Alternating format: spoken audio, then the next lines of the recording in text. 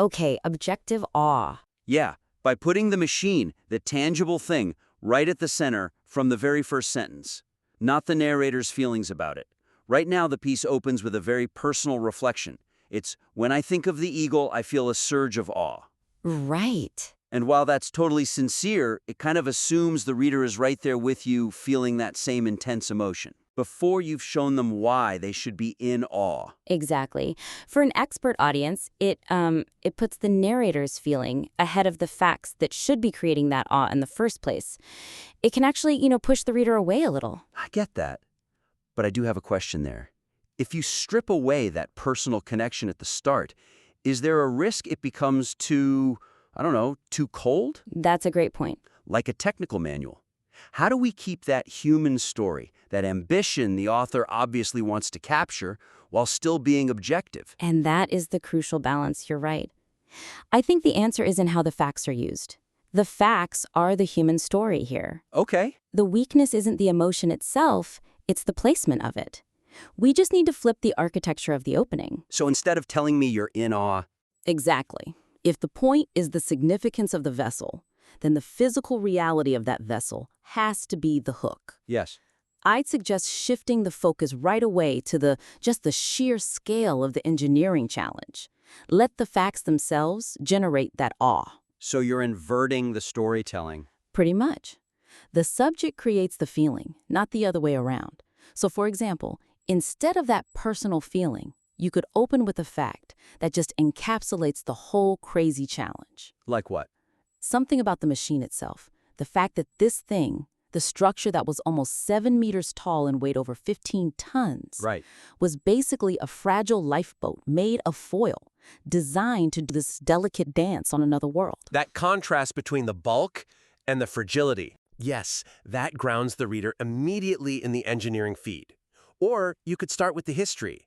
In 1969, a generation's hope rested on 2 stages of metal foil, cabling, and explosives. Ha, that's good. The idea is to use the physical reality of the machine to create that gravity, that suspense, before you even mention the landing. You make the reader feel it without telling them to. That makes so much sense, and anchoring it in that objective reality leads right into our second point, which is about leveraging the technical specs. The numbers. The numbers. The piece has them, but they're not really doing any work. The technical specs, the weight, the height, they should be woven into the narrative to really ramp up the sense of risk and ingenuity. The weakness right now is that it mentions the Eagle was about 7 meters tall and weighed over 15 tons. But it's just a piece of trivia. It's passive. It's totally passive. It's disconnected from what happens next, from the landing and the ascent. And then you get that line that every bolt, every panel was built with painstaking care. It's just too general. I agree. That phrase lacks weight because we need to know why that care was so critical for the Eagle, specifically. Yes. I mean, we need to activate those facts. For anyone who knows rocketry, the mass of that thing versus the propulsion available, that's where the tension is. So the suggestion is to use those facts to give context to the challenges. Exactly. Create a deeper appreciation for why it was such a success. We have to connect that painstaking care to a specific moment where one tiny failure meant, well, everything. Think about the physics of it. 15 tons. How do we make a reader feel that weight? You should emphasize that the ascent engine wasn't just firing. Right. It was fighting that specific, immense tonnage in a vacuum where the tiniest imperfection in thrust could send them into a fatal spin. And that's where you can really focus the idea of painstaking care. Precisely. It wasn't just general care. It was care aimed at absolute, perfect fault tolerance. A great way to do this would be to explain why that care was so hyper-focused on the ascent stage. The part that had to get them home. The part that had to work. It was this autonomous rocket that sat there, silent, for 2 days, in extreme temperatures. It had to work perfectly, just once. A single-shot lifeline. That's it. When you frame it like that, you're not just saying they were careful. You're showing that this was about profound engineering trust. You're giving the numbers a real job to do in the story. I love that idea. Giving the numbers a job. And that shift from just describing things to quantifying the risk leads us right to the third point. It's all about pacing and structure. To really maximize the impact, the material needs to slow, way down. it has to dedicate more detail to the two most dramatic moments, the landing and the ignition for liftoff. The phase transitions? The phase transitions, that's where the miracle actually happened. And the weakness right now is definitely a pacing issue. The landing is described as the descent stage landed softly. Which it was, but But it rushes past all the tension.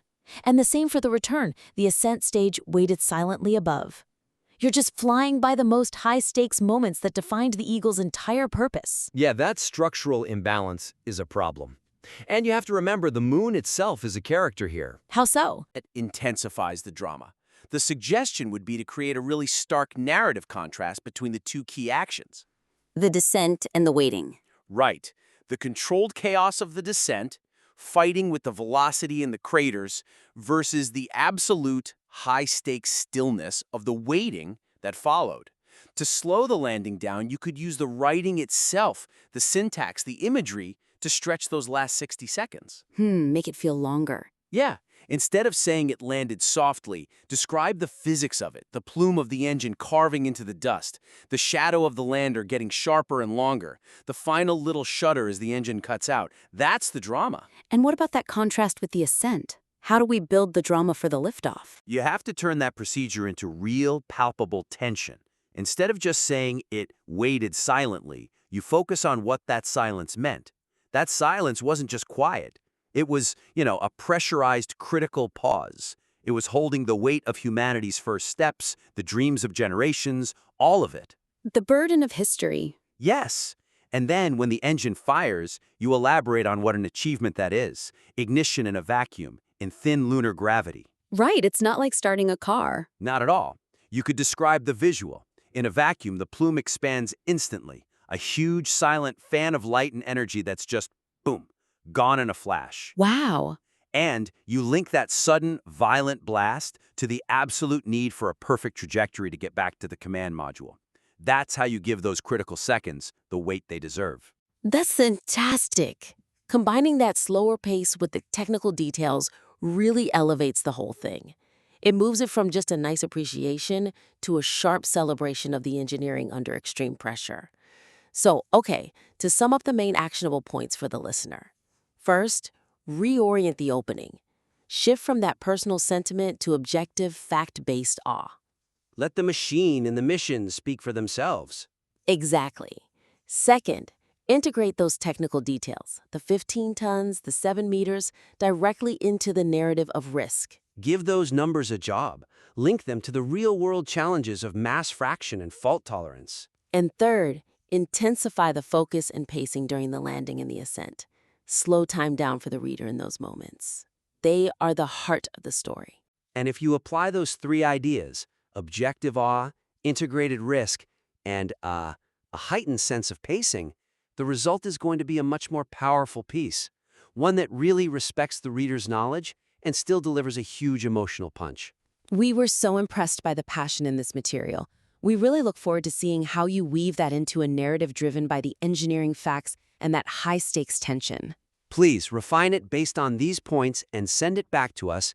We are very eager to read the next draft. Until next time.